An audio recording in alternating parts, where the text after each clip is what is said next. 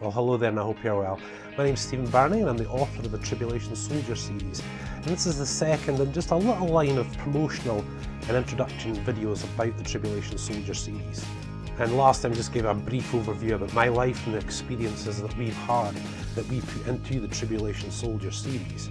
This time I thought we'll move on to the military. It's got a big military theme obviously. I'd like to explain a little bit about that tonight, just to show you about my background in the military and sort of the influences that I've had over the years that put into the Tribulation Soldier storylines. So there's quite a lot in this particular video, you guys, but I'll try and be as brief as I can, and I certainly hope you enjoy. I think a lot of people from my generation, I was born in 1976, you know, a lot of people in our generation here in the UK sort of grew up having like maybe one of their grandparents or uncles or whatever who were in World War II. And of course with us, my grandfather on my mother's side, he was a navigator in the Wellington bomber squadrons in World War II. And I think he served at 3 tours of duty, the Adriatic and various places, you know. And, you know, Granda just had a way of explaining it. It was just so mesmerising to be a young kid sitting in front of him listening, you know. And he used to just, you know, he'd say things like, you know, the sea was really still and this 10,000 ton ship was such and such and it was full moon and it turned off all their lights and all this sort of stuff. And that's what Granda did, you know, he just managed to really let you feel it being there. But even at a young age, Granda would speak about the people he lost. And, you know, I think probably for the first time in my life, you know, you got that kind of real reality about war when, you know, when you speak to someone who's actually been there and actually done it. And I don't think you don't obviously fully appreciate it, you know, when you're in single digits and whatnot, you know, but it really had quite an effect on me. It still does, you know, about what Granda went through. And I think, you know, the biggest thing when it came to Granda was that I think it was just the loss of life, you know, with his friends, his colleagues in the Royal Air Force. And, you know, it was really quite bad for him after the war.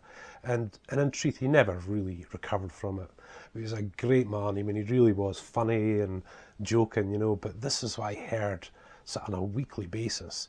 Because in some respects, you know, when somebody started a conversation like during the war, you know, people would sort of switch off, but wow, I just wanted to hear everything that I could. Yeah, so being born in 1976, you know, I kind of missed the Korean War and the Vietnam War, you know, that kind of, the effects of that. And I think the first conflict in real time that, you know, we began to experience was the Falklands War. But just before that, and of course there was always big things about this, there was a siege in the Iranian embassy in London in 1980. And, you know, it was quite a long siege. And one of the embassy staff got shot and killed. And at that point, if that happened, then the authorisation from the police transfers over to the special forces, the military. And I think this was the first time that anyone had really been introduced to the SAS. And of course, the Iranian embassy siege, the TV cameras were on it. And all of a sudden you could see these guys dressed in black with gas masks on and had MP5Ks, I think it was. And all of a sudden you see the windows of the embassy blowing out and these guys going in. And nobody knew what was happening. They thought, who on earth are these guys? So of course, unbeknown to us, the SAS had been in place for a few days at that particular point and they were ready to move. And they brought that siege to an end. It was really quite something, you know. But so with that, there was the Falklands War, it was 1982. And I think for us, again, it was just this sort of reality of what was happening. You know, you'd hear your parents talking about what was happening and nobody really knew what the outcome was going to be, you know. And, you know, just to be quite brief in this particular video, guys, you know, it was basically between, you know, the United Kingdom and Argentina over the Falkland Islands, what we'd call the Falkland Islands. And the Prime Minister at that point in time sent a huge armada from the UK to the Azores and then across to take the islands back. And, you know, it really was quite something. And the TV images, you know, again, this is a bit of a televised war in some respects. And, you know, all of a sudden we're seeing some of these British battleships being hit and sunk, and guys actually dying. to what I think, people thought there'd just be a diplomatic end to the whole thing. But instead, it raged on into quite a short but really bloody conflict. Really, really bad, So that left a tremendous impression upon us in the 80s, after that. And I think they said, after that conflict that the applications to join the army, the Royal Marines and the Parachute Regiment just rocketed. Guys wanted to be there and be a part of that. And obviously ever since then, I think I've caught every documentary I could have about the Falklands War, and had awesome chances to speak to guys who were actually there. There's even friends of mine now that still go out there as part of the UK force that's there at the moment, And but I think the best one was a guy, and I can't remember his own name, I must apologise, but when I was in the British Army Reserves, he was the captain of our unit, and he was an ex-Royal Marine, and he'd been in the Falkland Islands, and the stories, my goodness, I mean, he was there when there was a ship called the Sir Galahad, and it got hit by an Exocet missile, I think it was, and he was on that particular ship, and getting to sit and chat, when you get to sit and chat to someone who's actually been there, it just becomes so real, it just so real indeed. So I think even more in recent times, we got to watch the 1991 Gulf War, where Saddam Hussein in Iraq had invaded Kuwait, and the United States and the coalition forces went across to Saudi Arabia, I think, firstly to defend Saudi Arabia. Then they went in to liberate Kuwait, and then drove on into Iraq, And I think, again, this is probably another major televised war, and it was really quite something. The Americans did an amazing, the coalition, I must apologise, did an amazing job. When you really look at it, I think it lasted for 100 days exactly. And it was just unreal, the technology, the tactics, it was really quite something. And I think it's probably round about then is when I really started getting that sort of desire to join the military myself. And of course there's been other conflicts as well, for example, like what we call the Troubles in Northern Ireland. And again, it's probably just a little bit before I was quite old enough to understand what was happening. But that was a real time between the Irish and the English, as we sort of put it. And strangely enough, Scotland was never targeted. I think there was a couple of pub bombings in Glasgow, but I think that was all. It was about sectarian violence, I think it was. But I think it's only been recently that you sort of find out that the men in Northern Ireland, they actually regarded Scots as their Celtic cousins. And I get that, there's still that relationship, that great relationship with the Irish, There's always that jokes about silly Irishmen. Well, Irishmen got silly jokes about silly Scotsmen, and that's just the way it is. It's just brilliant. But, that Troubles went on for a long time, and it was another bloody conflict, just something really quite terrible. The more that you sort of went into it, you could just see from all sides how it was just such a complicated situation to be in. So with all this influence and more, I just thought, I want to make the military my career, I think, I'd worked for a couple of years after high school, went back to college for a time, and started working again, and so I took the decision that I wanted to join the Royal Marines. My Uncle Alan, a Royal Marine for 26 years, I think it was, and he'd been in various places around the world, including Iraq and Afghanistan and whatnot. So this is what I wanted to do. I wanted to join the Marines. So he gave me some great advice. He says, well, why don't you join the British Army Reserves to begin with, the part-timers, and that'll give you a good flavour of military life while you're training physically and stuff like that. And I did, and I joined the 51st Highland Battalion of the British Army Reserves. And I'm not kidding you guys, I could walk 5 minutes from the house to the barracks, or just down there, just down the road a little bit. And that was some of the most, awesome times in my life, I was really in a big drinking phase at that particular point in time, so I probably could have done more, but, just being in that environment was just brilliant. It was really, really good.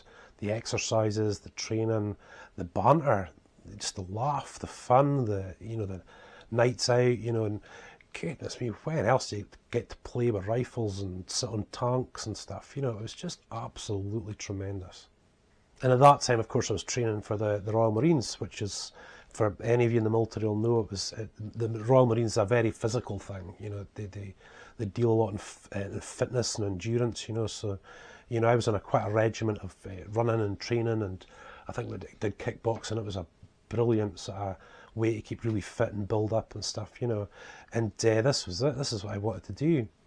And you know, being frank, you know, when I met Sharon, I think I waited way too long, you know, and I remember meeting Sharon and saying, well, this is what I really want to do. This is what you'd sort of be getting into. And I kind of wish I'd done it a bit sooner, because I think once I got relaxed with Sharon and stuff like that, you know, my heart started going out of it, you know. So anyway, I went down to a place called Lumsden Commando, which is way down in the south of England, to do what they call the Potential Royal Marines course. And it's a 3-day course, and they assess you as to your fitness levels and all that sort of things, you know. And you know something, on that time, I was physically tip-top. Absolutely no qualms whatsoever. But throughout the time I was there, my heart just wasn't in it, you know, and I did regret, I did think, man, I wish I'd done this a couple of years ago. You know, me and Sharon were sort of that serious. And I can remember leaving Lumsden Commando, and they've got this little train station that runs past Lumsden, and nobody was watching, and I burst into tears, and I phoned Sharon, told her I was coming back, and I just couldn't face phoning Uncle Alan. You know, I just couldn't do that. I just wanted to get home and get back up the road, you know. And I'd lived and breathed, you know, training to be a Marine for like 2 years, you know. And you know, obviously I'd been in the British Army Reserves, and now I'd sort of come out to do that.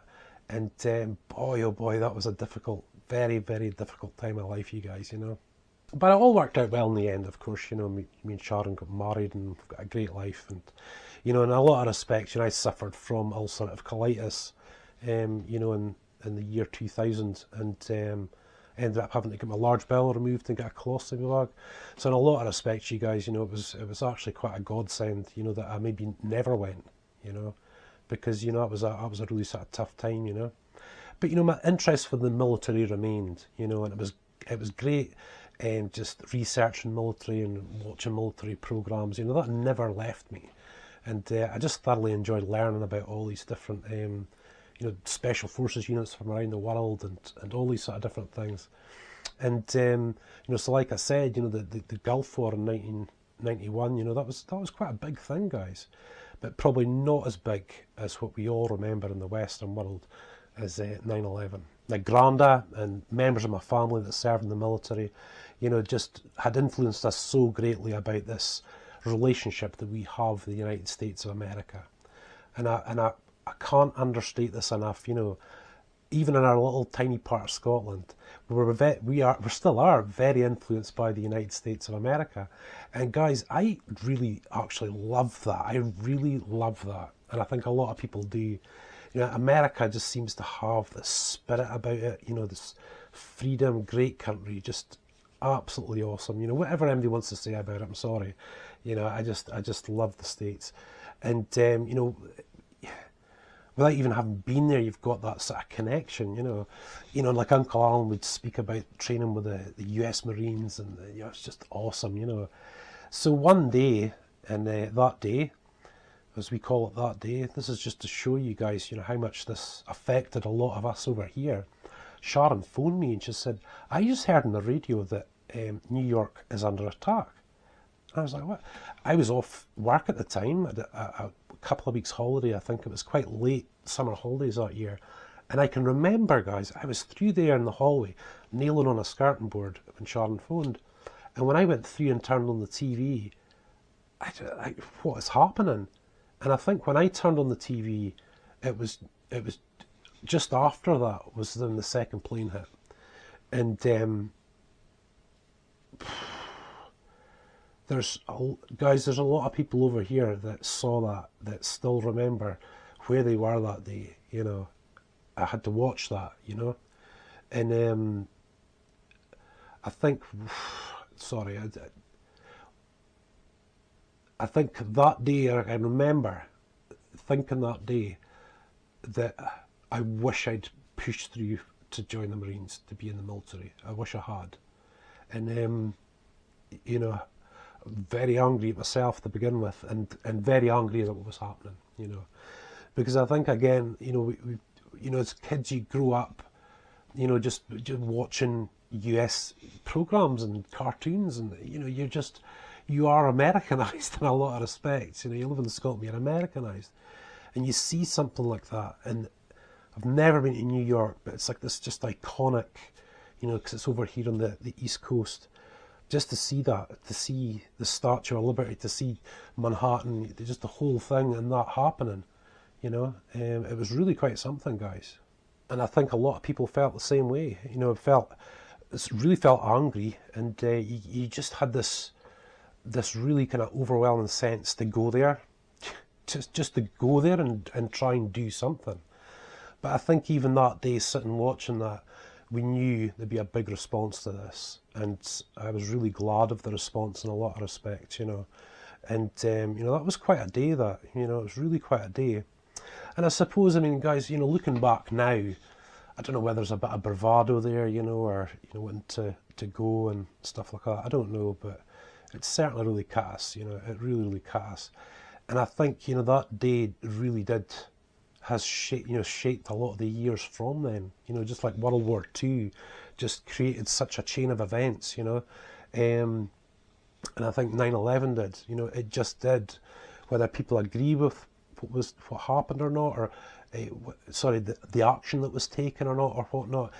In some respects, to me, it doesn't really matter. You know, the men and women that had to go had to deal with that. They were the ones that had to go across and deal with that, irrespective of your political views or your opinions. These men and women had to go away across. You know. And of course, the loss of life with the police officers and the firefighters and all the people that were kind of involved in that day, you know, and they've had to live with that ever since, you know. And I think the reason why I think 9/11 was kind of so, I think it's important to people over here in like the UK, for example, because I think that it was the first time that war became very real. You know, this attack, an actual attack on New York itself.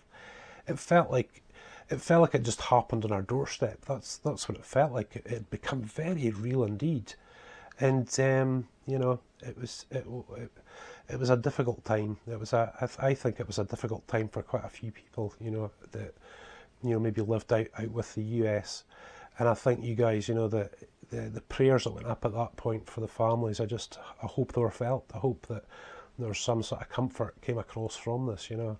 And I really hope in the future, you guys, I just have this big desire. I just want to visit the site. I just want to go across and just touch it or something. You know, it'll be so good, you know. And of course, after that, after 9/11, you know, we've all seen it. You know, even up until now, you know, the involvement of Afghanistan and Iraq and various other places. And of course, I think there's probably, you know, everybody knows somebody who's been there or knows a family that's got a member there and whatnot, you know, that's been there, been on a tour there. I've certainly had friends there over the years, and close family members, and, you know, various other people that have served in Iraq and Afghanistan, you know. And, you know, these are the images that I think have kind of shaped a generation, you know. Been watching just this Middle East conflicts going on, and the US and the UK involvement, you know, it's really shaped us, you guys, you know. It's certainly shaped me, I think, when it comes to modern warfare and stuff. But, you know, even with that, it's always really been quite something. I think, strangely, the one that I think gets to me the most, I think on every level, the more you learn about it, the more you sort of speak to people, you know. Of course, with social media, you can speak to veterans, and it's just awesome, you know, to speak to all these guys. But it was the Vietnam War, you know, the Vietnam War. And of course, like I said, it was before my time. And I've studied a lot over the years, you know, and there's been some great documentaries, especially a great one on Netflix at the moment, actually, that I've watched a couple of times now, you know, and I've had to try and, I think I've had to try and watch these documentaries over and over again about Vietnam, just to try and absorb it, to try and understand it, you know, just from the sort of start to finish, you know. And I think, when you're really looking at things like the Vietnam War, I think probably once I started really beginning to understand and really hear the accounts of the soldiers being there, any kind of glamour that I thought I had about war was just gone. This glamour to go off to war and be a hero and fight and be a soldier and stuff like that. I think it was actually the Vietnam War that in the end probably put me off ever wanting to be a soldier. I have to be frank, And of course the conversations with various soldiers I've met that have been in war zones around the world, and a close friend that was went to the Bosnia conflict as I think it was a UN peacekeeping force they would have called it at the time, And I saw him on the street one day and I just, what do you say? How did it go? How did it go, bud? And he said, it was pretty shit actually. And he just kept walking. And this is a friend of mine.